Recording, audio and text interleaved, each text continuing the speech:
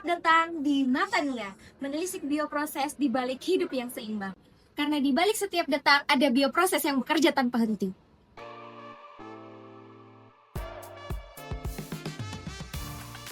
Saya Hani Fatur. Saya Fahda Bilkis. Saya Aisyah Demokratia Anafiah.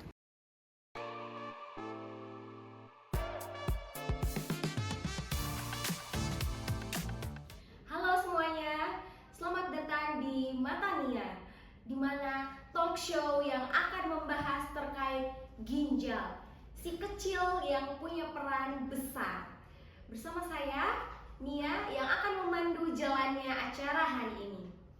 Teman-teman pernah nggak sekali aja berpikir, penting nggak sih sebenarnya ginjal bagi tubuh kita itu? Kenapa ukuran ginjal itu kecil? Terus perannya kok luar biasa seperti itu ya.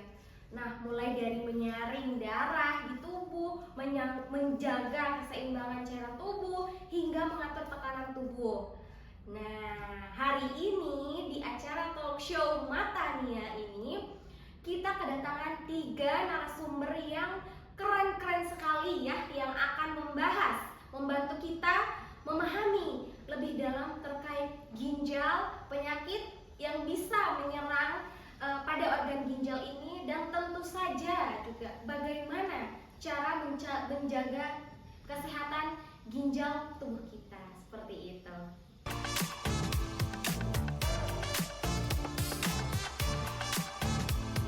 Baik, di sini sesi pertama sudah hadir ya narasumber kita yang sangat-sangat keren, yang akan membahas terkait seputar ginjal ya. Oke, gimana kabarnya hari ini Mbak Hana? Alhamdulillah baik, Mbak Nia gimana kabarnya? Alhamdulillah baik juga ya. Langsung saja ya ke yang pertanyaan pertama. Karena di sini banyak sekali isu-isu terkait penyakit ginjal, tentunya pada anak-anak usia dini seperti itu. Maka dari itu sebenarnya yang perlu diedukasi itu terkait konsep ginjalnya itu seperti apa, Kak? Jadi kayak mungkin karakteristik atau fungsi dari ginjal itu seperti apa ke anak-anak usia dini itu? Ya baik, di sini saya akan menjelaskan bagaimana pentingnya tentang ginjal ya. Sebelum kita masuk menjelaskan mengenai gagal ginjal, kita harus mengerti dulu bagaimana ginjal yang normal itu berfungsi. Nah, ginjal seperti kita tahu bahwa kalau kita paham terkait gimana cara ginjal yang sehat itu bekerja, nah kita juga akan menjadi mengetahui juga kalau ginjal yang rusak itu akan sangat berdampak bagi sistem di dalam tubuh kita. Dimana ginjal itu ada jumlahnya ada 2 ya, dan dia itu letaknya ada di kanan kiri tubuh kita. Nah kalau kita tahu kacang merah, nah ginjal itu bentuknya seperti kacang merah ya, tapi dia berukurannya sangat kecil, mungkin sebesar telapak tangan kita gitu ya. Berarti ginjal saya segini ya, Kak. Oke. Lebih seperti itu ya. Nah, kalau di dalam ginjal itu ada yang namanya, ada unit struktural yang paling penting yang namanya adalah nefron. Dimana nefron itu jumlahnya banyak, dan si nefron itu berfungsi untuk menyaring darah yang ada di dalam tubuh kita, seperti itu. Nah, di ginjal itu biasanya itu mampu menyaring sejumlah 180 liter darah ya. Iya. Tapi yang keluar di saking banyaknya itu, tapi yang keluar di urin kita itu hanya sebatas 1-2 liter saja. Iya. Artinya ginjal itu sangat selektif dalam memilih apa yang ada di dalam tubuh kita, yang mana yang masih bisa digunakan atau yang sudah bisa dikeluarkan dalam bentuk urin tersebut. Nah, untuk fungsi ginjal ya secara umum yang pertama itu bisa untuk menyaring darah. Jadi dia itu membuang zat-zat sisa metabolisme seperti urea dan juga racun. Yang kedua, si ginjal itu juga berfungsi untuk mengatur keseimbangan cairan yang ada di dalam tubuh, misalnya kadar natrium dan juga kadar kalium, supaya yang ada di tubuh kita ini tetap stabil. Kemudian ginjal itu juga berfungsi untuk menyeimbangkan pH yang ada di dalam darah supaya tidak terlalu asam atau basa, seperti itu. Dan yang keempat, fungsi dari ginjal adalah mengatur tekanan darah. Oke, gitu ya. Berarti di sini bisa saya simpulkan untuk struktural atau bentuk dari karakteristik dari ginjal itu, dia itu merupakan suatu organ yang penting ya di kehidupan kita ini tentunya, karena dia yang akan berfungsi untuk menyaring darah kita dari sisa-sisa kayak urea ya gitu ya. Yang ada di dalam tubuh kita itu ginjal yang mengatur untuk penyaringan. Oke, seperti itu. Terus juga ada yang fungsinya ginjal ini juga mengatur keseimbangan dalam tubuh, cairan dalam tubuh ya kan, seperti ion-ion natrium gitu-gitu. Terus ada yang menyeimbangkan pH dan mengatur tekanan darah dalam tubuh, seperti itu. Nah, kalau seperti itu berarti bagaimana sih? Saya itu penasaran ya.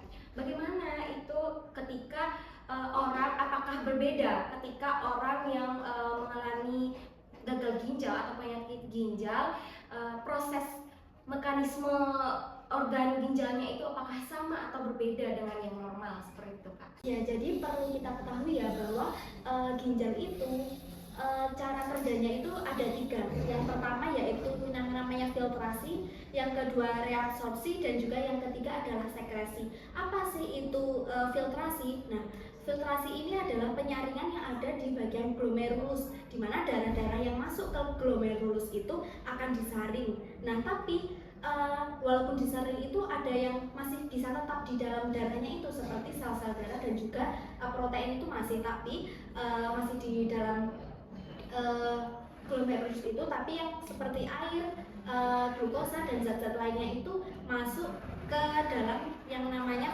filtrat glomerulus. Jadi proses ini tuh dikendalikan juga oleh tekanan darah. Jadi kalau misalkan tekanan darah kita mungkin terlalu tinggi atau terlalu rendah, maka proses filtrasi yang ada di dalam tubuh kita itu menjadi terganggu.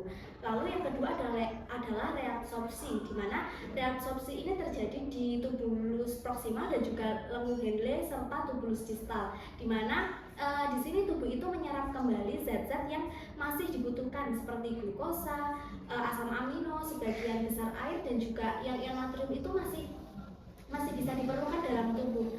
Jadi nggak terbuang sia-sia gitu lewat urin. Nah, proses ini tuh diatur oleh mekanisme yang namanya mekanisme aktif dan juga pasif, yang sangat dipengaruhi oleh hormon aldosteron dan juga hormon ADH seperti itu. Dan yang ketiga adalah sekresi, di mana sekresi ini membuang zat-zat sisa metabolisme ya atau obat-obatan yang tersisa di dalam darah. Jadi sisa-sisa itu dikeluarkan dan akhirnya dari proses ini hasilnya itu adalah urin. Dan urin ini dikeluarkan melalui saluran yang namanya kandung kemih. Jadi bisa kita bayangkan ya, kalau misalnya ginjal kita itu rusak, maka di ginjal kita, di dalam tubuh kita itu tidak terjadi yang namanya filter atau penyaringan. Jadi kalau tidak ada yang memfilter atau yang menyaring, bisa dibayangkan bagaimana racun-racun itu bisa menumpuk di dalam tubuh kita. Iya, betul juga ya apa yang dikatakan oleh Kak Hani ini. Kak, berarti organ ginjal itu sebenarnya sangat-sangat kecil ya. Dia itu setiap detik itu ginjal kita itu seperti ibaratnya laboratorium hidup ya, yang setiap detik ataupun apapun itu dia akan bekerja untuk menyaring racun, terus menyeimbangkan cairan dalam tubuh, terus juga dia bahkan mengatur tekanan darah ya, seperti itu. Artinya berarti ginjal itu dia itu tidak berhenti bekerja ya. Iya. Kalau misalkan berhenti, jadi ya tidak bisa menyaring itu tadi, jadi akan terganggu sistem-sistem yang ada di dalam tubuh kita seperti itu. Misalkan berhenti berarti sistem tubuh kita itu terganggu ya. Kecil-kecil tapi dia sangat berpengaruh ya, seperti itu. Oke, mungkin itu saja ya yang bisa kita bahas pada sesi pertama ini untuk seputar terkait ginjal itu dan fungsinya ya tentunya. Sekian, terima kasih ya Mbak Hani. Sama-sama saja, berterima kasih kepada Mbak Nia. Iya, terima kasih sudah menjadi narasumber kami. Sampai jumpa.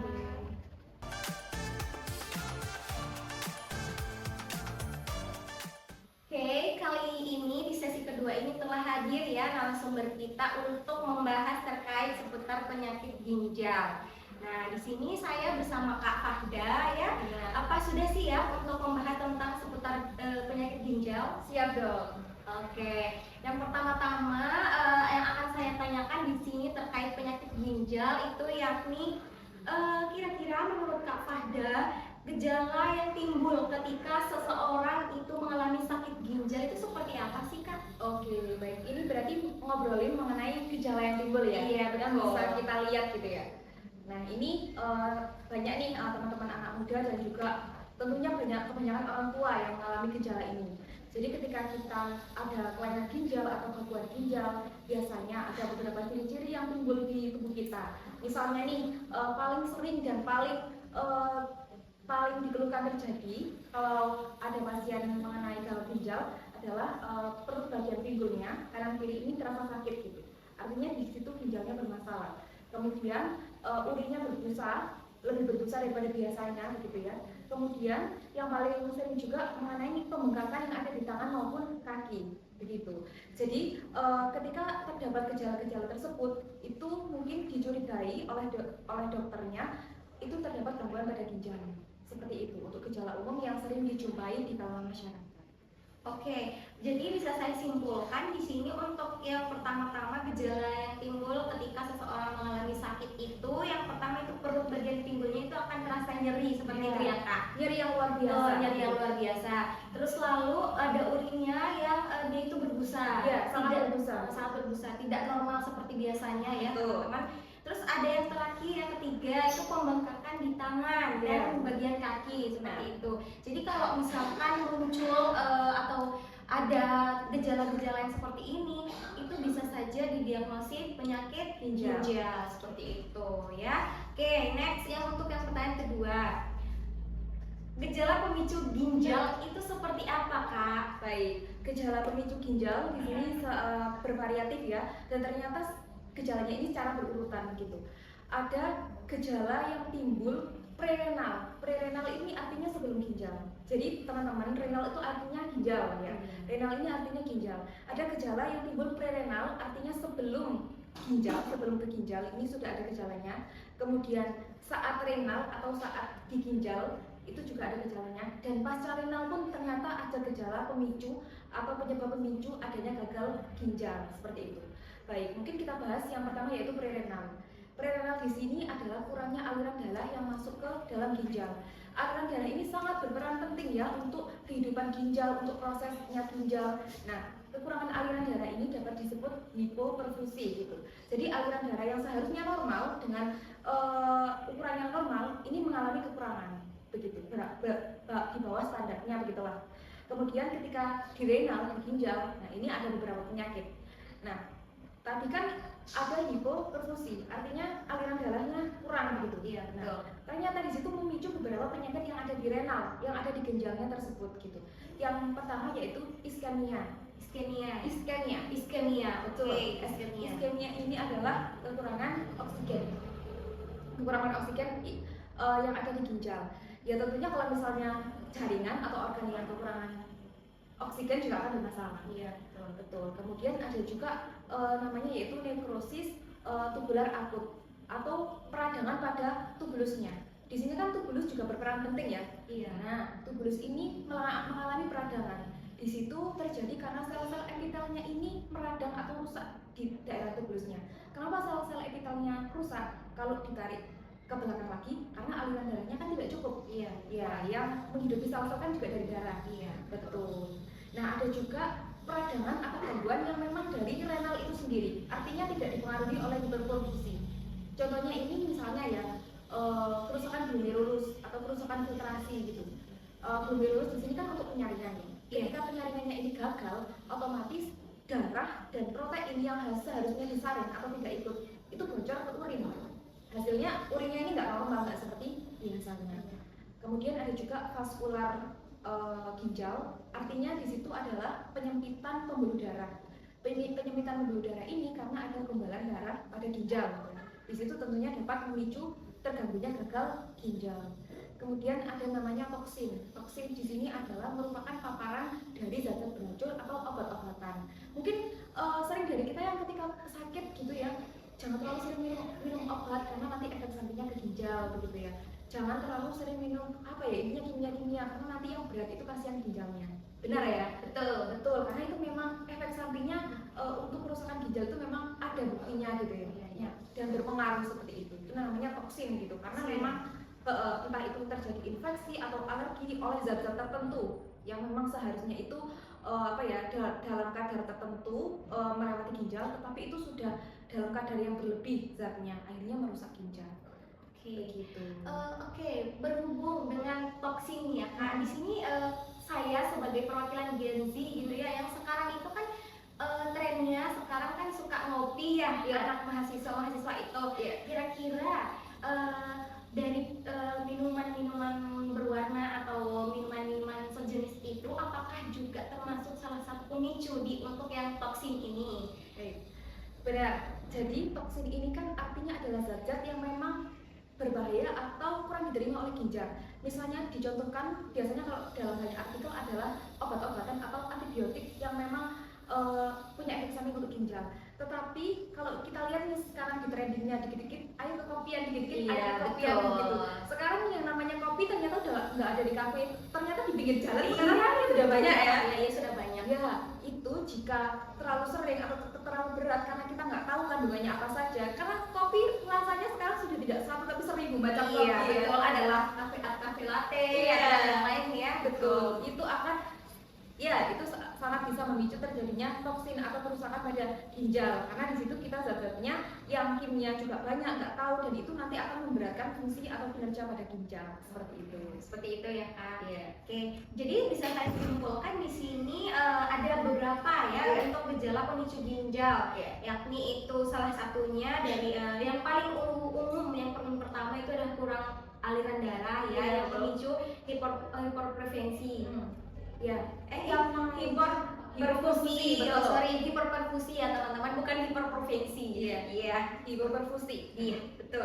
Terus juga ada iskemia, betul, kurangnya oksigen gitu ya. Terus ada kerusakan glomerulus. Betul. Dan tentunya yang paling utama tadi itu, yang paling umumnya yang terjadi di Gen Z itu adalah toksin. Betul. Ya kan yang maksudnya. Oke. Saya mau nambahin lagi. Boleh. Itu kan tadi kerusakannya pada renal ya atau ginjal renal. Ternyata pasca renal setelah ginjal itu banyak yang memicu juga. Apa tuh? Iya, sebenarnya banyak, tapi saya sebutkan saja yang memang ini sering terjadi. Ya itu mungkin udah nggak jarang lagi didengar, yaitu namanya batu ginjal. Batu ginjal. Ternyata batu ginjal ini adalah sebuah batu yang memang menyumbat area ureter. Ureter itu adalah saluran yang menghubungkan antara ginjal dengan kandung kemih gitu. Berarti kan itu adalah saluran untuk terbuangnya urin gitu. Ketika di situ ada penyumbatnya, misalnya ada batunya gitu ya, ada zat-zat yang menumpuk mengganjal urin, akhirnya yang kita rasakan adalah ketika sakit batu ginjal, pertama adalah bisa untuk membengkakkan ginjal, yang kedua tentunya kita akan merasakan sangat-sangat sakit ya, karena kan seharusnya aliran yang normal di situ malah terganggu gitu. Betul. Kemudian yang terakhir adalah kesulitan buang urin, seperti itu.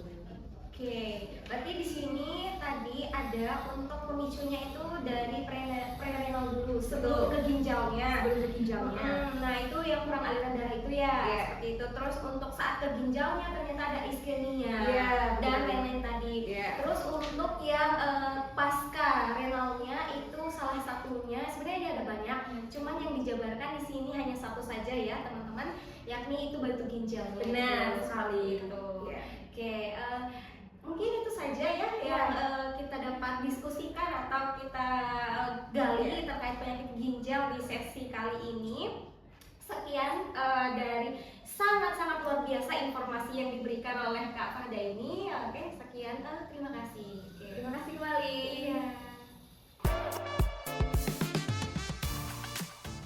Oke, tadi udah tahu ya teman-teman, kita sudah membahas terkait bagaimana fungsi dari suatu ginjal itu, terus karakteristiknya bagaimana.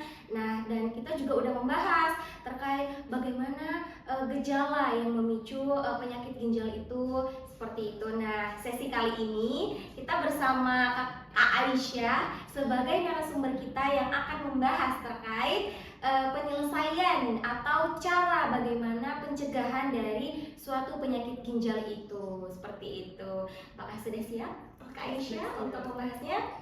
Oke, yang pertama-tama yang akan saya tanyakan yakni terkait kalau kita ingin ginjal kita itu tetap sehat ya Kak Aisyah, kira-kira apa sih kebiasaan atau kebiasaan sederhana yang harus sebaiknya kita itu lakukan untuk menjaga suatu kesehatan ginjal kita ini? Oke, nah iya, sebelum kita ibaratnya kalau dalam dunia kedokteran itu kan kita punya istilah lebih baik mencegah ya Mbak Nia ya, Iya, daripada betul. mengobati seperti itu. Nah kita sebagai generasi muda yang tadi sudah dibahas, hobinya adalah nongkrong gitu ya, minumnya kopi, manis dan lain sebagainya. Tentu saja untuk pencegahan ini kita harus mulai dari rajin minum air putih. Oke, siap. Itu dia. Nah untuk kita sudah dewasa ini, air putih yang bisa kita minum untuk dalam satu hari itu minimal adalah 2 liter Mbak Nia. Nah, memang cukup banyak ya, tapi memang itu yang dibutuhkan oleh ginjal kita supaya proses pembersihan daripada debris-debris yang memang harus dibersihkan oleh ginjal itu berjalan dengan lancar, seperti itu. Itu yang pertama. Lalu tentu saja yang kedua adalah terkait bagaimana kita bisa menjaga metabolisme kita tetap lancar, yaitu dengan cara berolahraga ya Mbak Nia ya. Iya. Untuk olahraga sendiri yang memang dianjurkan itu adalah setiap hari minimal 30 menit. Nah, seperti itu. Tapi kalau memang teman-teman itu tidak sempat melakukan olahraga serutin itu, minimal dalam 1 minggu itu ada yang bisa dilakukan dalam 30 menit itu. Seperti itu Mbak Nia. Oke, berarti pertama-tama atau kebiasaan sederhana yang bisa kita lakukan itu intinya adalah pola hidup yang sehat ya Betul Kak sekali. Aisyah, dengan menjaga pola makannya, terus kebiasaan olahraganya seperti itu ya.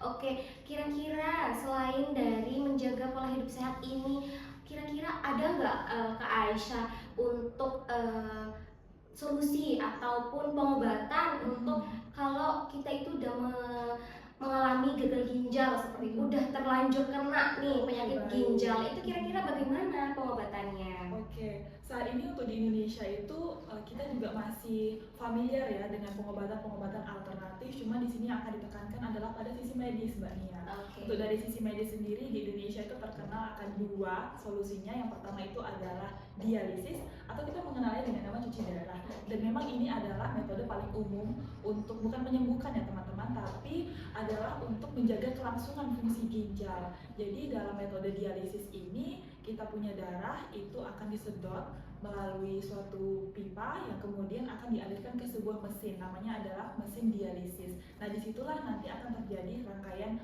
bioproses terkait bagaimana supaya darah yang dialirkan kembali ke tubuh itu adalah darah yang bersih, sehingga ginjal, fungsi ginjal yang memang tidak bekerja lagi itu digantikan oleh mesin yang ada di luar tubuh seperti itu. Itu adalah yang pertama teman-teman. Dan untuk yang kedua itu solusi yang paling efektif itu adalah memang transplantasi Mbak Nia. Transplantasi Iya. ya yang paling efektif. Kalau seperti itu kira-kira bagaimana Kak Aisyah untuk gambaran umum dari transplantasi ini sehingga bisa dikatakan yang paling efektif ya untuk saat ini untuk penyakit gagal ginjal yang sudah memang kronis ini? Seperti Iya. apa? Baik Mbak Nia. Untuk transplantasi ini memang sangat jarang orang melakukannya karena memang untuk menemukan donor yang cocok. Jadi transplantasi ini adalah proses medis di mana tubuh penerima atau tubuh penderita ginjal itu menerima donor ginjal yang masih sehat seperti itu. Oke, berarti bisa dikatakan ya transplantasi itu untuk sejauh ini itu yang paling efektif ya untuk pengobatan dari gagal ginjal yang memang sudah kronis seperti itu. Lalu kira-kira bagaimana Kak Aisyah untuk gambaran umum dari transplantasi ginjal ini? Oke, baik. Nah terkait transplantasi ginjal ini kan pengertiannya adalah prosedur medis di mana tubuh penerima yaitu penderita ginjal itu mendapatkan donor ataupun ginjal yang baru. Adapun ginjal baru yang bisa menjadi ginjal donor itu adalah ginjal yang masih memiliki sekitar 80 sampai dengan 100% fungsi asli dari ginjal. Dan memang untuk transplantasi ini sebelumnya ya memang harus mengikuti pemeriksaan yang sangat ketat, termasuk di dalamnya cek golongan darah dari penerima dan juga pendonor, lalu cek resus dan lain sebagainya. Karena apa? Karena untuk meminimalkan supaya ginjal donor itu tidak ditolak oleh tubuh penerima, seperti itu Mbak Nia. Oke, berarti bisa saya simpulkan untuk kriteria dari organ ginjal yang akan didonorkan itu mungkin lebih tepatnya itu bisa dengan masih hubungan keluarga gitu ya, masih ada hubungan keluarga. Itu Betul bisa sekali. jadi pendonor yang memenuhi kriteria seperti itu. Iya, betul sekali. Dan memang kalau kita bicara tentang transplantasi ini tidak semudah kita mengganti suku cadang atau spare part tubuh seperti itu ya, karena dari tubuh penerima sendiri tentunya akan ada sistem perlawanan yang akan menerjemahkan bahwa oh ginjal ini benda asing, apakah memang bisa kami terima atau harus ditolak. Ditolaknya itu ya memang sistem imun yang bekerja seperti itu. Nah, jadi kalau kita berbicara terkait transplantasi, nanti akan ada yang namanya fisiologi dan bioproses pasca transplantasi. Itu proses seperti apa dan kita akan simak dalam video berikut. Ketika ginjal diangkat dari tubuh donor, aliran darah yang membawa oksigen dan nutrisi segera terhenti, dan kondisi ini disebut iskemia hangat, yang akan merusak struktur ginjal. Dan untuk menghentikan kerusakan ini, 2 langkah penting yang harus dilakukan ialah yang pertama, pembilasan menggunakan larutan seperti Celsior sehingga suhu organ bisa turun sampai ke 4 derajat Celcius dan dalam keadaan hipotermia. Nah, dalam keadaan ini, laju metabolisme sel akan menurun sehingga proses akan efektif untuk mengistirahatkan sel ginjal. Yang kedua adalah preservasi. Nah, setelah dibersihkan dan didinginkan, ginjal biasanya disimpan dalam kantong steril berisi larutan preservasi dan ditempatkan di wadah es. Nah, periode penyimpanan ini disebut sebagai iskemia dingin statis. Adapun fisiologi yang terjadi adalah terkait keseimbangan osmotik, di mana larutan memiliki konsentrasi ion yang tinggi, terutama kalium, dan zat lain yang berfungsi sebagai penyangga intraseluler, di mana hal ini mencegah sel ginjal membengkak dan pecah atau lisis akibat masuknya air yang berlebihan. Metode preservasi yang kedua ialah menggunakan perfusi mesin hipotermik sebagai alternatif, dan ini adalah metode preservasi yang paling canggih. Beberapa pusat transplantasi menggunakan perfusi mesin hipotermik atau hypothermic machine perfusion atau HMP, di mana mekanisme bioprosesnya ialah ketika ginjal dihubungkan ke mesin secara terus-menerus akan memompa larutan preservasi dingin melalui pembuluh darah ginjal, sehingga kondisi ini akan sama seperti ginjal ketika berada di dalam tubuh manusia. Dan dalam mesin ini juga akan mencegah adanya pembekakan sel dan juga pembentukan gumpalan di dalam pembuluh darah kecil atau mikrovaskular. Dan yang terakhir adalah implantasi dan reperfusi. Di saat ginjal diangkat dari wadah yang dingin dan disambungkan ke pembuluh darah penerima akan terjadi reperfusi, di mana darah hangat dan juga beroksigen akan mulai mengalir ke dalam organ. Adapun mekanisme fisiologi dan bioprosesnya adalah sebagai berikut. Yang pertama adalah reperfusi dan reoksigenasi jaringan. Nah, darah ini akan masuk ke ginjal donor serta sel-sel glomerulus akan mendapatkan oksigen dan juga nutrisi, di mana ini merupakan tahap awal yang memungkinkan semua sel hidup untuk dapat memulai perbaikan. Lalu yang kedua ialah pemulihan endotel glomerulus, di mana sel endotel yang sebelumnya cedera akan mulai memperbaiki membran basal dan juga fenestra. Dan hasil perfusi akan memberikan energi dan juga bahan untuk regenerasi ini. Lalu yang ketiga ialah regenerasi podosit. Nah, podosit ini teman-teman adalah jenis sel yang sangat khusus dan merupakan komponen kunci dari filtrasi glomerulus. Yang keempat adalah perbaikan membran basal dan juga glomerulus, di mana kolagen tipe 4 dan laminin ini akan diproduksi untuk memperkuat membran basal. Dan endotel serta podosit yang sudah mulai pulih akan bekerja sama untuk memperbaiki membran sehingga filtrasi darah menjadi lebih efektif.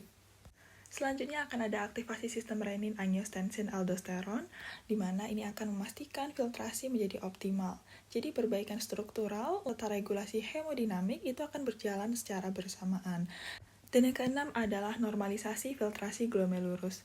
Nah teman-teman, setelah strukturnya tadi, endotel, podosit, serta membran basal pulih dan juga aliran darah optimal, maka GVR akan meningkat, urin terbentuk normal, dan proteinuria akan menurun. Dan ini merupakan hasil akhir dari seluruh proses pemulihan. Nah, pada skema ini teman-teman menjelaskan tentang bagaimana penolakan sel atau cell-mediated rejection dan bagaimana imunosupresan bekerja. Dendritic cell ini adalah antigen presenting cell yang ada di organ donor, dan setelah transplantasi, sel dendritik donor ini akan bermigrasi ke organ limfoid resipien dan menyajikan antigen donor kepada sel T resipien, di mana ini akan mengaktifkan 2 jenis sel T utama dari resipien. Yang pertama adalah CD4 T helper cell yang akan berproliferasi dan melepaskan sitokin yang mendukung respon imun. Lalu yang kedua adalah CD8 ditambah T cell yang akan menjadi sitotoxic cell limfosit yang secara langsung akan menyerang dan juga membunuh sel-sel ginjal donor, di mana sel-sel kekebalan lain seperti makrofag juga akan menuju ke lokasi penolakan dan komplement serta antibodi, serta menyebabkan peradangan dan kerusakan. Namun teman-teman, tubuh juga punya imun tolerance mechanism atau mekanisme toleransi, di mana skema ini juga akan menunjukkan bagaimana tubuh terkadang mencoba mencegah penolakan. Di sini yang berperan adalah Treg atau regulatory T cell dan juga Breg regulatory B cell, di mana ini adalah jenis sel imun khusus yang berperan dalam menekan respon imun yang berlebihan serta membantu dalam mengembangkan toleransi terhadap organ donor dan mencegah serangan imun yang tidak semestinya. Nah, disinilah peran dari imunosupresan teman-teman, yakni memahami mekanisme aktivasi T cell dan juga B cell. Ini adalah alasan utama mengapa pasien transplantasi harus mengonsumsi obat imunosupresan seumur hidup, karena obat-obat ini memang dirancang untuk menargetkan dan menghambat aktivasi atau fungsi dari sel-sel imun ini untuk mencegah serangan terhadap ginjal donor. Baik, dari penjelasan yang cukup kompleks itu bisa saya simpulkan ya, berarti dia itu proses fisiologi bioprosesnya itu secara bertahap ya. Iya, betul. Mulai dari tekanan darahnya yang menurun, lalu kadar kreatin dan ureanya juga dalam darahnya itu turun, dan keseimbangan cairan tubuhnya itu mulai normal lagi, seperti itu. Nah, jadi hal tersebut itu menandakan kalau misalkan proses bioprosesnya itu homeostasisnya itu mulai pulih kembali berkat fungsi ginjal yang baru tadi yang hasil dari transplantasi itu ya, seperti itu. Nah, setelah itu bukan berarti penderita pasien yang sudah melakukan transplantasi itu bisa bebas ya, full bebas itu seperti ketika memiliki ginjal yang lama, itu tidak seperti itu, karena dikarenakan ini merupakan ginjal baru ya yang diterima oleh pasien, otomatis pasien juga harus mempertahankan sistem imunnya agar tidak menyerang ginjal baru tersebut. Dengan cara apa? Dengan cara mereka itu sepanjang hidupnya harus meminum satu obat yang namanya imunosupresan Mbak. Seperti itu. Namun terkait dampak jangka panjang imunosupresan ini memang akan secara signifikan menurunkan sistem kekebalan tubuh. Jadi mereka itu cenderung rentan sekali terkena penyakit. Oleh karena itu kembali lagi, pola hidup sehat itu is the key, seperti itu Mbak Nia. Oke, berarti dari penjelasannya Kak Aisyah tadi itu muncul satu pertanyaan di benak saya, itu jika seperti itu, bagaimana apakah pasien pasca transplantasi ini itu hidupnya itu apakah akan normal kembali sepenuhnya seperti awal atau bagaimana Kak Aisyah? Oke, baik. Terkait bagaimana kehidupan pasien pasca transplantasi itu tentunya normal, insya Allah normal ya. Namun ada catatan untuk mereka itu harus mengkonsumsi obat yang saya sebutkan tadi, supaya sistem imunnya itu tetap ditekan sehingga sistem pertahanan tubuh itu tidak menyerang ginjal yang baru. Jadi ginjal yang baru itu tetap berfungsi sebagaimana ginjal pada umumnya, seperti itu Mbak Nia. Oke, berarti mereka akan tetap hidup normal dengan mengonsumsi imunosupresan tadi ya, seperti itu. Dan tentunya juga di bawah pemeriksaan dokter seperti itu ya.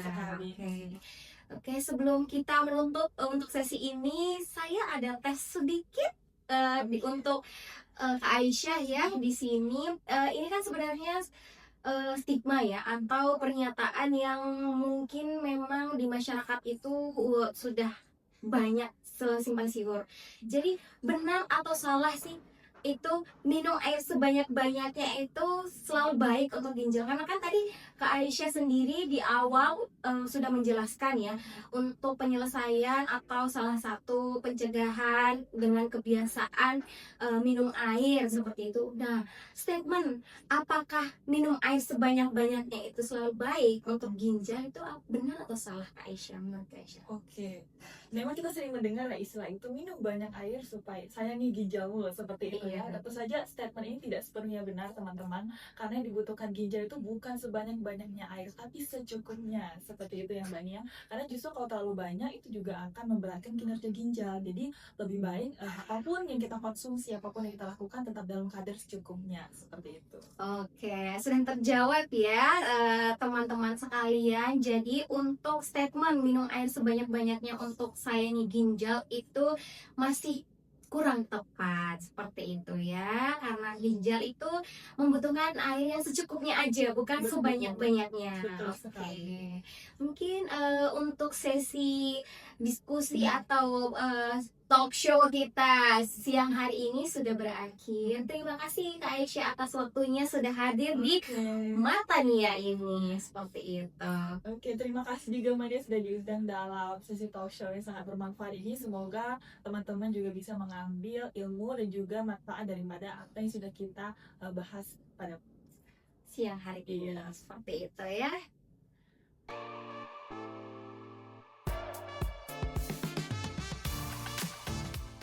Oke, setelah kita bersama 3 narasumber kita yang cukup keren tadi, maka berakhir pula untuk acara talk show kita pada siang hari ini, di mana saya akan menyimpulkan ginjal bekerja dalam diam. Ia tak meminta penghargaan, tak menuntut perhatian, tapi justru dalam diam itulah ginjal menjaga kita tetap hidup.